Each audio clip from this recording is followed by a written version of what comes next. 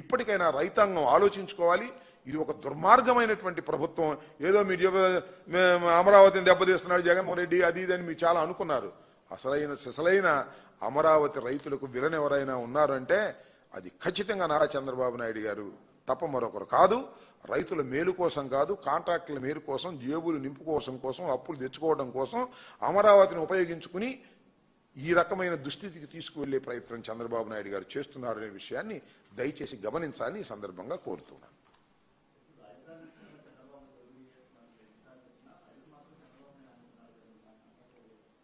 చంద్రబాబు నాయుడు నమ్ముతున్నారని ఎట్లా చెప్తావు? నమ్ముతున్నారని మనం చూసావు కదా. రైతులు ఏమన్నారు? మా సిఐడికి వెళ్తే మనం పలకరించేవాళ్ళు రైతులు లబ్బోదివ్వమన్నారు. నేను చెప్పిన మాట కూడా కాదు, లేకపోతే మా ఛానల్ చెప్పిన మాటలు కూడా కాదు, వాళ్ళ పేపర్లే రాశాయి. రైతులు లబ్బోదివ్వమంటారు కదా. ఎవరు ఆ రైతులు? పొలాలు ఇచ్చిన రైతులు. చంద్రబాబు నాయుడు గారు ఎన్నికలకు ముందు చెబితే భాష అంటే త్యాగధనులు.